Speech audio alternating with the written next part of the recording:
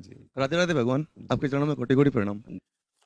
महाराज जी, मेरे बचपन से हमारे घर में मांस पकता था और बचपन से ही मैं भी मांस का सेवन करता, परंतु विगत एक वर्ष से मुझे आपके श्री वचन सुनने का सौभाग्य प्राप्त हुआ और पिछले 6 महीने से मैंने मांस खाना छोड़ दिया और हमारे घर में भी मांस नहीं बनता। गुरुदेव, आपका सत्संग सुनने के पश्चात अर्थ से भी मोह थोड़ा कम हो रहा है, पर कुछ मित्रों से इस विषय पर चर्चा की तो उन सबका मानना है कि आज के दौर में इस पैसा ही सब कुछ है, और वो तो इस पर स्त्री संबंध को भी गलत नहीं मानते कि सब लोग शादीशुदा हैं। एक हम श्री जी तुम्हें के आशीर्वाद हाँ से। सुनो, एक हम तुम्हें कथा सुना रहे हैं, फिर इसका उत्तर देंगे हम।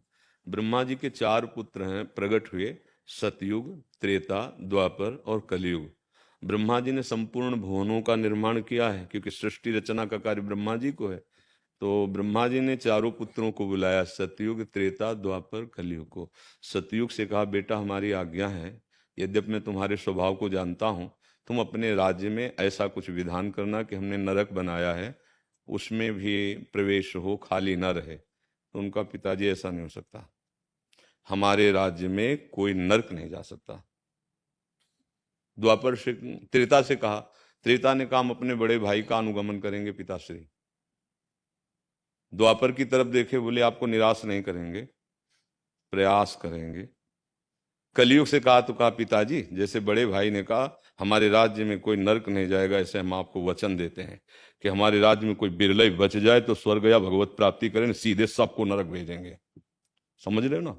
हाँ, अब तुम्हारे प्रश्न का उत्तर दे रहे हैं। हम कलयुगी प्राणी केवल इसी की प्रधानता रखते हैं, जहां शास्त्र आज्ञा करता है उसको रौंदने वाले इन मूर्ख, जिनकी मूढ़ता बढ़ी हुई है, इन मूर्खों की बातें प्रमाणित थोड़ी है। अब इनकी जो दुर्गति होगी वही तो है जो कह रहे नहीं कुछ नहीं, पाप नहीं है, मनोरंजन है। समझ, समय आएगा, समय मैं आएगा। कहता हूँ भगवान से डरो, लेकिन हाँ, नहीं किसी को समझाओ मत, आप समझ जाओ प्यारे। ये राक्षस बुद्धि वाले तुम्हारी समझ में, जो तुम्हारी द्वारा बंद, ये दैवी शक्तियां हैं, केवल भगवान की सृष्टि की सृजन के लिए तुम्हारी अर्धांगिनी बनी हुई है, तुम्हारी बेटी बनी हुई है, तुम्हारी माँ बनी हुई, तुम्हारी बहन बनी हुई। एक जो girlfriend, boyfriend, live in relation, ये जो सब गंदी बातें चली है ना, ये धर्म की धज्जियां उड़ा रहे हैं। महाराज जी शादीशुदा लोग हैं वो, फिर भी आप ऐसे करते हो तो पाप है ना वो। अरे भाई, हम कह रहे अपनी पाणी ग्रहण की हुई पत्नी के सिवा कहीं भी गंदी दृष्टि नहीं रखनी चाहिए। अब क्या है, इन विषयों पर हम नहीं जाना चाहते, हम केवल प्रभु की चर्चा करना चाहते हैं। और हम इसलिए थोड़ा इस विषय पर उतर जाते हैं कि अब आप ही लोग तो प्रभु के मार्ग में चलोगे, तो अगर आप ये बात नहीं समझोगे कि गलत है, निश्चित समझ लो, चाहे स्त्री हो या पुरुष, जो धर्म विरुद्ध आचरण करेगा उसको भोगना ही पड़ेगा, अवश्य में भोक्तव्यम। जितने भी तुम कर्म कर रहे हो ये नष्ट नहीं हो रहे, ये जमा हो रहे हैं, ये तुम्हारे नष्ट करने के लिए अवसर खोज रहे हैं, फिर तुम्हें नष्ट करेंगे।